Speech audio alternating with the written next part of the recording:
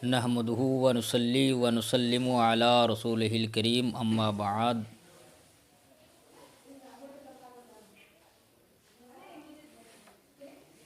बिस्मिल्लाहिर्रहमानिर्रहीम। अल्लाह के नाम से शुरू जो बड़ा मेहरबान निहायत रहम वाला।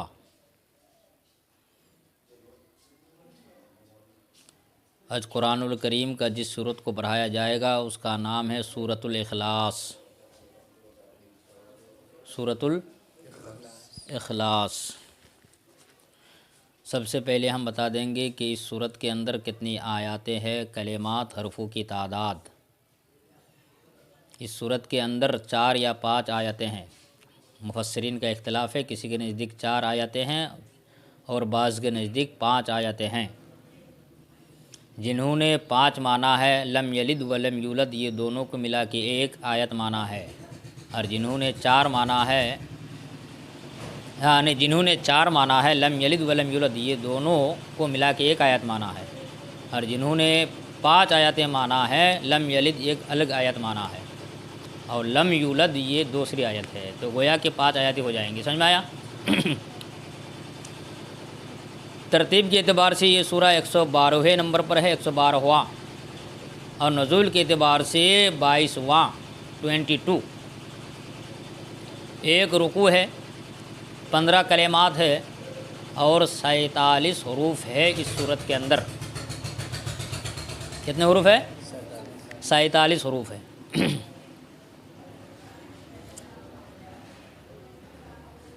मुफस्सिरीन का इस बारे में इख्तिलाफ है कि ये सूरतुल इखलास मक्का में नाजिल हुई या मदीना में नाजिल हुई। एक कौल के मुताबिक मक्की है और एक कौल के मुताबिक मदनी है। इसकी वजाहत कर दी गई। अब इस सूरत का नाम सूरह इखलास रखने की वजह तस्मिया, क्या कारण है कि इस सूरत को सूरह इखलास बोला जाता है?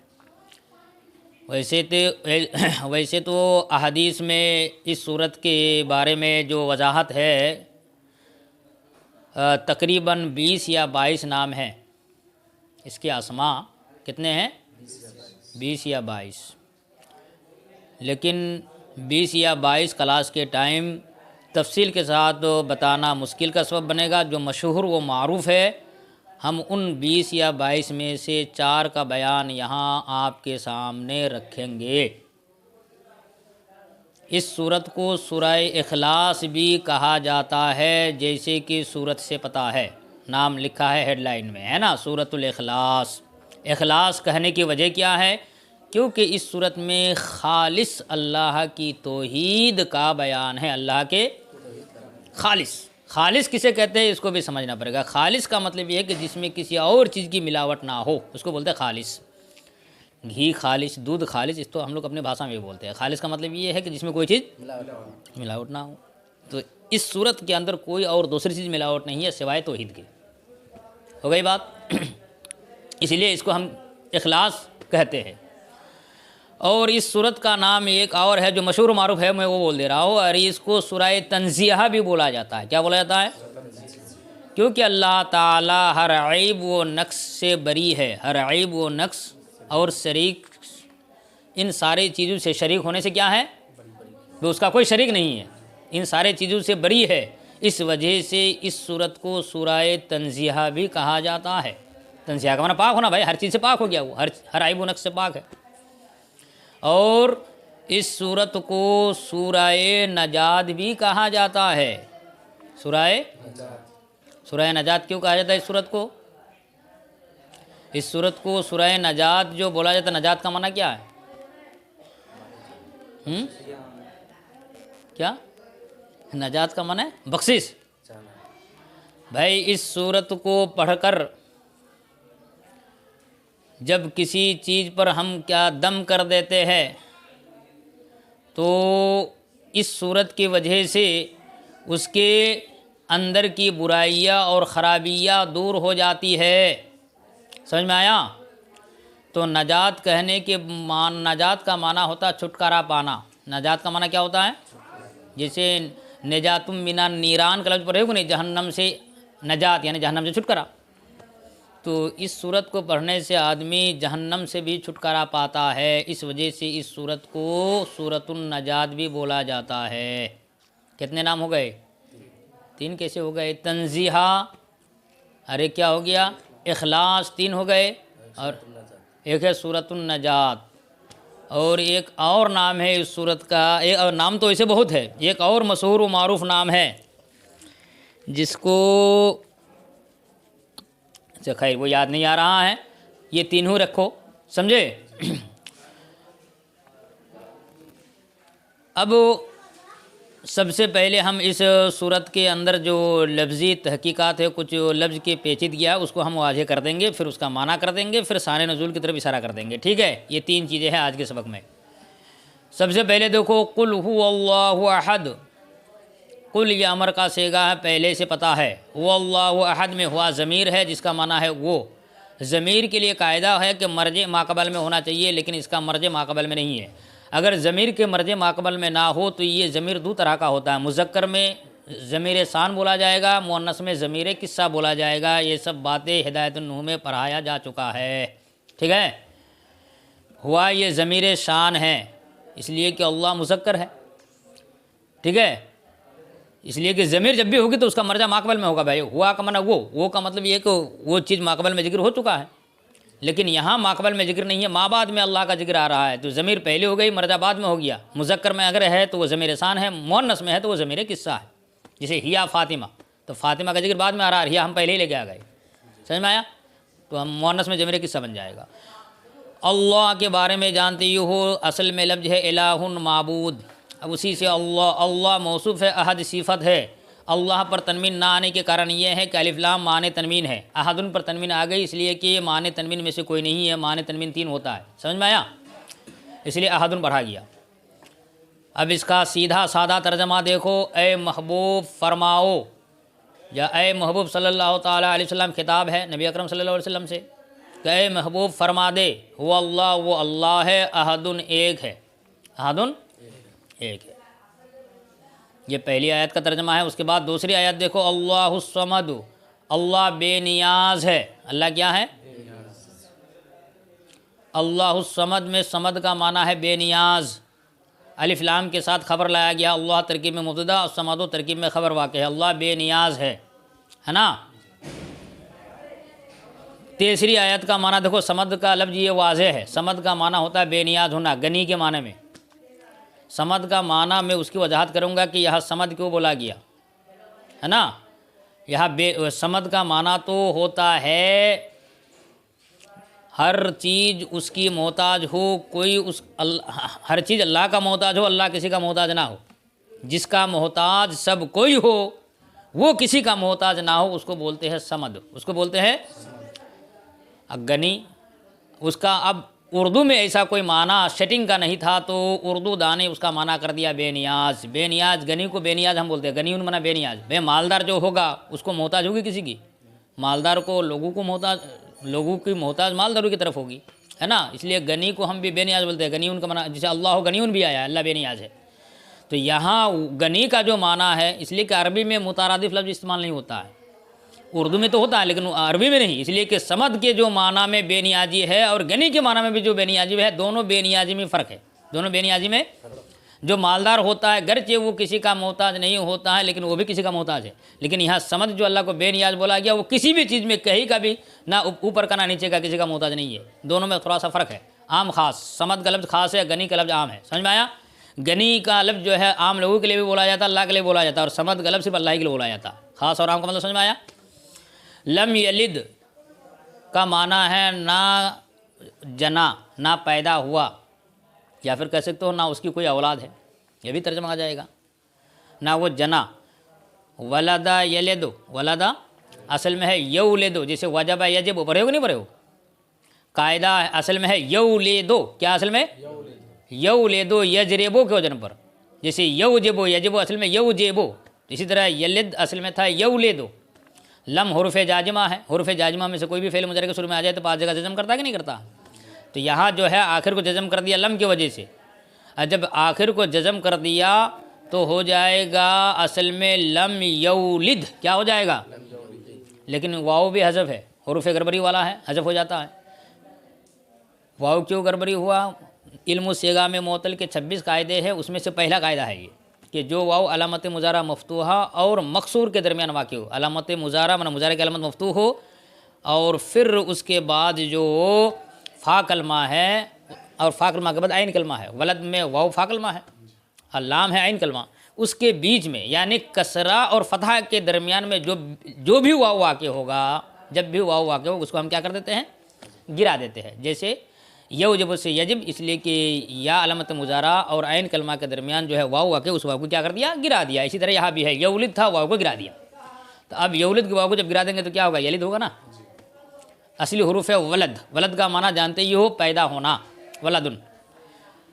दूसरी आयत देखो, वलम यूलद, यहाँ वाव फिर बरकरार है। देखो भाई यहाँ वाव गिरा दिया, यहाँ वाव बरकरार है। क्यों? इसलिए कि कायदा क्या बताया था कि जो वाव अलामत मुजारा मफ्तूहा और मकसूरा के दरमियान वाक़ हो, अरे यहाँ अलामत मुजारा मफ्तू नहीं है, बल्कि अलामत मुजारा क्या है? मज़मूम, और मकसूर भी नहीं है अलाम कलमा, बल्कि आइन कलमा, आइन कलमा क्या? मफ्तू। इस वजह से यह वाव बरकरार रहेगा।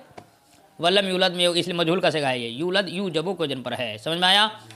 और ना वो जना गया, इसका मतलब ये है कि वो किसी से पैदा नहीं हुआ है, वो किसी से अब इसका सीधा सादा तर्जमा करो, लम यलिद, ना उसकी कोई औलाद, वलम यूलद, और ना वो किसी से पैदा हुआ। समझ में आया? अब चौथी आयत देखो, वलम यकुल्लहु कुफुवन अहद। काना यकूनो होता है, काना माजी का सिगा, यकूनो मुजारे का सिगा, यहाँ भी वही तालील है। यकूनो असल में था यकूनो, क्या था? हाँ, वाव को यहाँ से हजब कर दिया गया, वाव को क्या कर दिया गया है? हाँ, इसलिए कि लम जब फेल मुजर में दाखिल में होता है, यकूनो है, तो लम जब फेल मुजर में दाखिल होगा आखिर को साकिन करेगा। वाव तो पहले से साकिन था, दू साकिन जमा हो जाने की वजह से वाव को गिरा दिया गया, इसलिए यकुन हुआ। क्या हुआ? वलम यकुन, लम यकुन का मतलब नहीं है। काना सारा का भी माना देता है और काना था का भी माना देता हो। समझ में आया? लहू सारा का माना होना भाई, वलम यकुन ल, तो लम यकुन का माना है नहीं है, लह उसके लिए, किसके लिए? यानी अल्लाह के लिए, हो जमर अल्लाह। कुफूवन, कुफू का लफ्ज़ समझो, कुफून फ़ुऊलुन के वजन पर है, जिसका माना है हमसर, जिसका माना है हम पल्ला, जिसका माना है बराबर, जिसका माना है जोड़, उसके जोड़ का कोई एक नहीं है, कोई नहीं है। तो कुफू का मतलब समझ में आया? कुफू का माना हमसर का होना, मसदर है ये। तरकीब में काना की खबर वाक़े है और काना की खबर मनसूब होता है। समझ में आया? आहदुन, ये काना का इस्म है, इस्म जो है मुअख्खर है और ख़बर को मुकद्दम कर दिया गया। इस तरह के बहुत सारे भरे भरे कायदे हैं नहू की किताब में। वलम यकुल लहू कुफुवन अहद, तो कुफू का माना समझ में आ गया? कुफू हम लोग इसमें भी पढ़े हैं, कानून शरीयत में भी, और अभी अभी तुम लोग कुदूरे में भी कुफू का बयान पढ़े हो। भाई निकाह में कुफू का बयान है कि नहीं है? जब हम शादी ब्याह करते हैं तो उसमें कुफू चाहते हैं ना, उसमें कुफू चाहिए कि नहीं? कुफू भी शर्त है ना भाई। जिसको तुम शादी करोगे, तुम मुसलमान हो, हिंदू से शादी कर लोगे तो नहीं ना होगा। या फिर तू मतलब क्या कहते हैं, तू मालिक है, तू फटीचर है, और तू बड़े मतलब घराने से मतलब शादी कर लिया, तो भी कुफू नहीं होगा।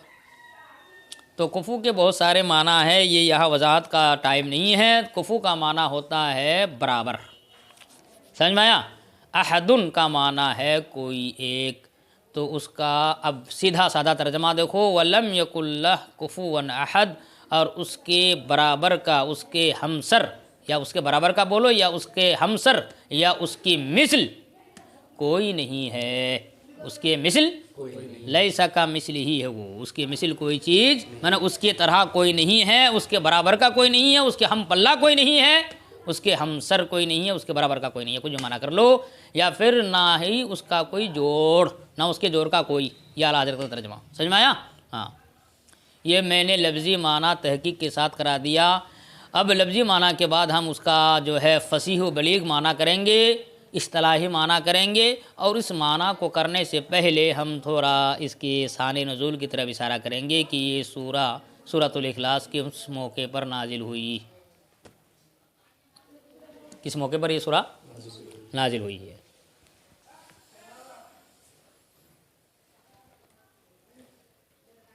देखो, सबसे पहले इस सूरत की फ़जीलत को समझो, फिर शान नुज़ूल को हम बाद में बताते हैं। इस सूरत के अहादीस करीमा में बहुत सारी फ़जीलतें वारिद हुई है, बहुत सारी फ़जीलतें। जैसे कि तिरमिज़ी की हदीस में है कि नबी अकरम सल्लल्लाहु ताला अलैहि वसल्लम ने सल्लल्लाहु ताला अलैहि वसल्लम से एक शख्स ने अर्ज़ किया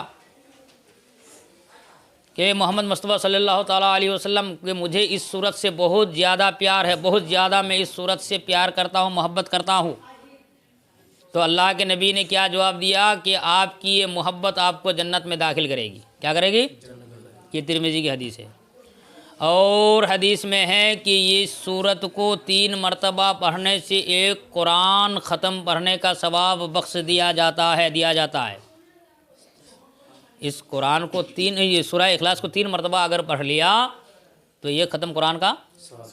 तो गोया कि सूरह इखलास को तिहाई कुरान फरमाया गया है। कितना? तिहाई। समझे कि नहीं समझे भाई? 3 पारा नहीं, तिहाई। एक नहीं समझे तिहाई का मतलब?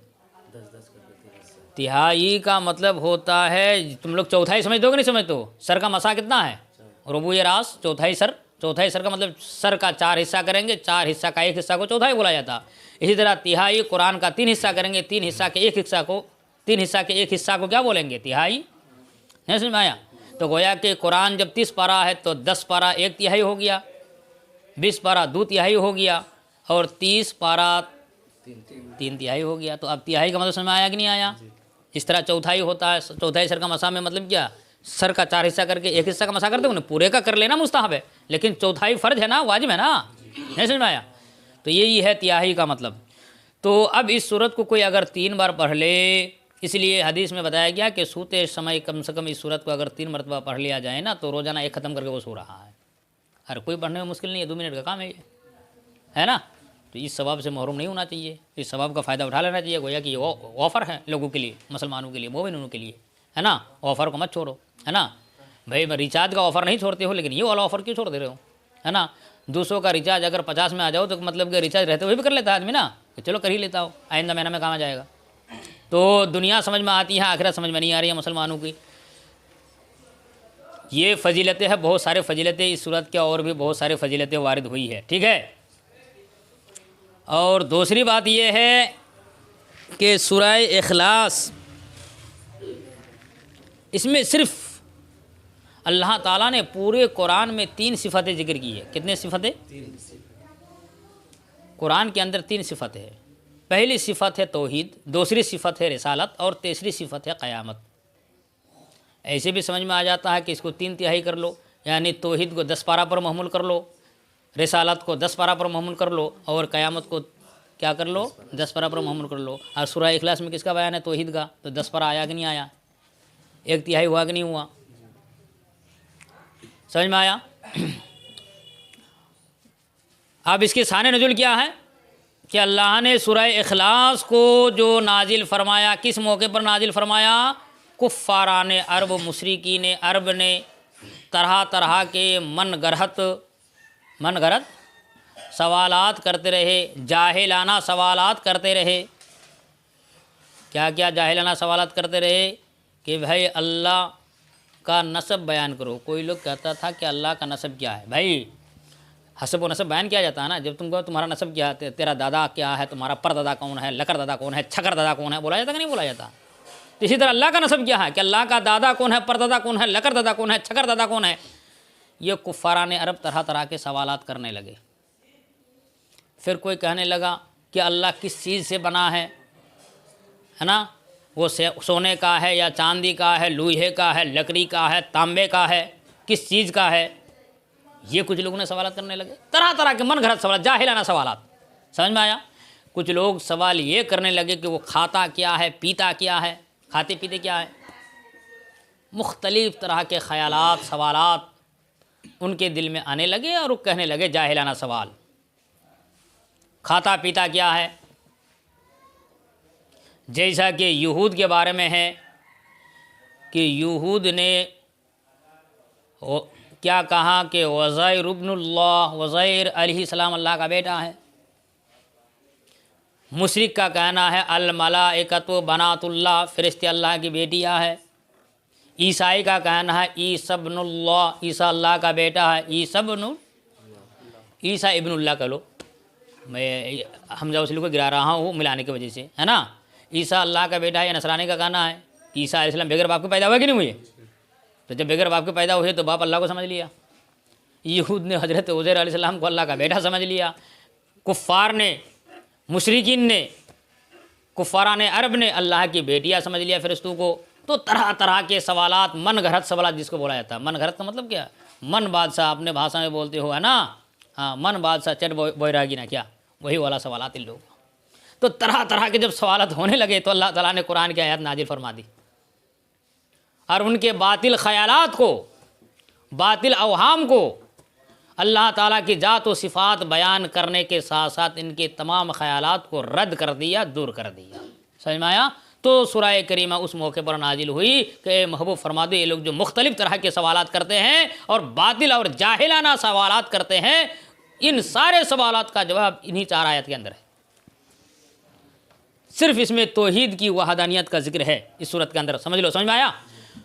अल्लाह फरमाता कुल हुवल्लाहु अहद, कुल ऐ महबूब फरमाओ हुवल्लाहु, अल्लाह है, अहदुन एक है। वाहिद का माना भी एक भाई और अहद का माना भी एक, दोनों में फ़र्क क्या है? वाहिद के लिए अज्जा होते हैं, जुज़ होता है, लेकिन अहद के लिए कोई अज्जा नहीं होता। अहद के लिए कोई अज्जा नहीं होता। एक के बाद 2, 3, 4 होता कि नहीं होता है। लेकिन अहद ये एक ऐसी सिफत है कि इसके अंदर कोई अज्जा नहीं होते। इसी को बोला जाता है वहदानियत। अल्लाह ताला एकता है, एक है। वाहिद का माना भी एक होता, लेकिन दोनों एक में फ़र्क समझ में आ गया। वाहिद के लिए अज्जा होते हैं, अहद के लिए कोई अज्जा नहीं होता, इसलिए कि अल्लाह का कोई अज्जा है ही नहीं है, उसके बराबर का कोई है ही नहीं है। अल्लाह एक होने का मतलब ये है, ना उसका कोई मिसल है, ना उसकी कोई नज़ीर है, और ना उसकी कोई सिब है, सभी है, और ना उसकी कोई। इस वजह से उसको अहद बोला गया। बात क्लियर हो गई भाई। दूसरी आयत में अल्लाह फरमाता अल्लाहु समद, अल्लाह बेनियाज है।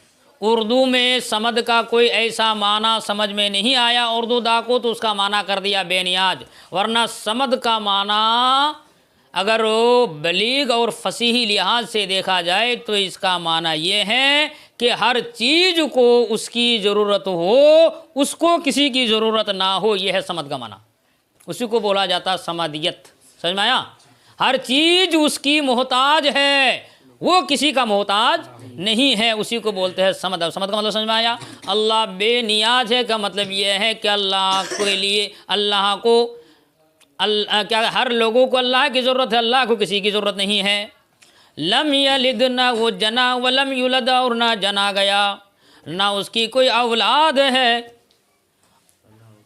और ना वो किसी से पैदा हुआ है, यानी उसने किसी को पैदा नहीं किया और ना ही वो किसी से पैदा हुआ है। यानी उसको आम फाम लफ्ज़ में समझो भाई, ये रद्द है किसका?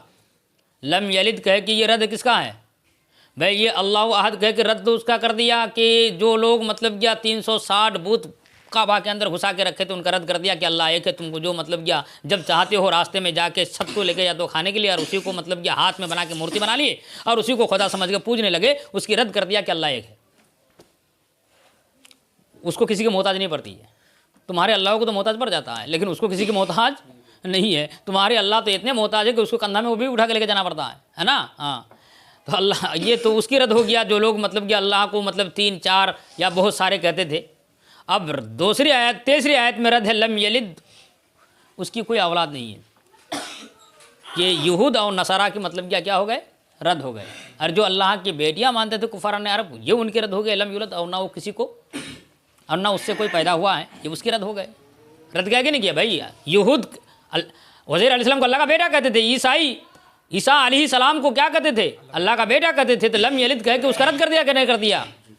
उसने किसी को पैदा नहीं किया, उसने किसी को यानी उसको आम लफ्ज़ में समझो, यानी बीबी बच्चे वाले मामले जो है हमारे साथ होता है। अल्लाह इन सारे चीज़ों से मुबर्रा व मुनज़्ज़ा है, अल्लाह इन सारे चीज़ों से पाक व साफ़ है। उनको ना बोलो भाई, उनको इन चीज़ों की ज़रूरत है।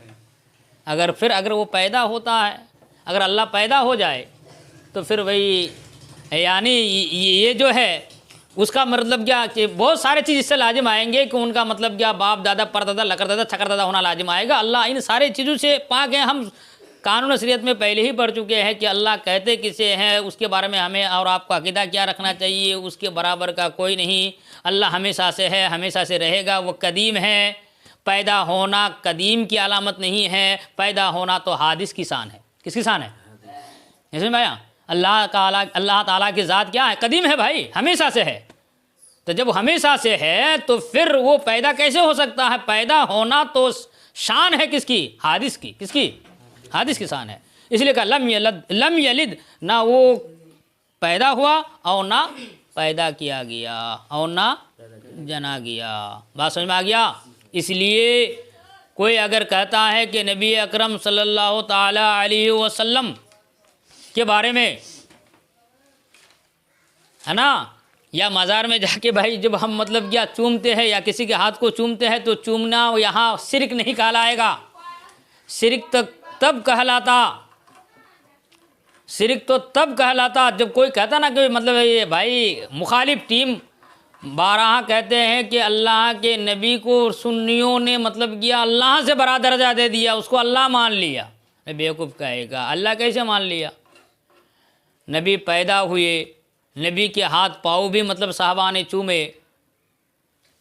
अल्लाह तो क्या कहते हैं, अल्लाह को कोई टच कर सकता भाई? टच नहीं कर सकता। ये कन्फर्म है, श्योर है, बिल्कुल श्योर। और जिसको टच कर लेगा वो अल्लाह होगा? तो नबी को टच किया गया कि नहीं किया गया? तो अब जब टच किया गया तो अब समझ लो कि वो अल्लाह नहीं है। जो अल्लाह है उसको टच किया नहीं जाता है। समझ में आया? वलम यलिद वलम यूलद, और ना वो पैदा हुआ और ना ही किसी को पैदा किया। वलम यकुल लहु कुफुवन अहद, ये 5वीं आयत है। और उसके बराबर का कोई नहीं है। और उसके बराबर का क्या? उसके बराबर का इस आयत से क्या करना समझ में आता है?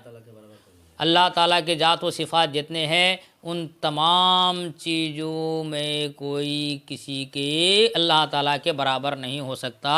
तो गोया के कुफ़ारान मुशरिक यहूद व नसरा के जो भी बातिल ख़यालात थे, जो उनके बातिल अवहाम थे, इन सारे सिफ़ातों से अल्लाह ताला की जात व सिफ़ात इस सूरत के अंदर बयान करके उनके बातिल ख़यालात को क्या कर दिया? दूर कर दिया। अल्लाह रब्बुल इज़्ज़त हमें कुरान समझ कर उस पर अमल की तौफ़ीक़ रफ़ीक़ अता फ़रमाए। व आखिर दावाना अनिल हम्दुलिल्लाहि रब्बिल आलमीन। आज का सबक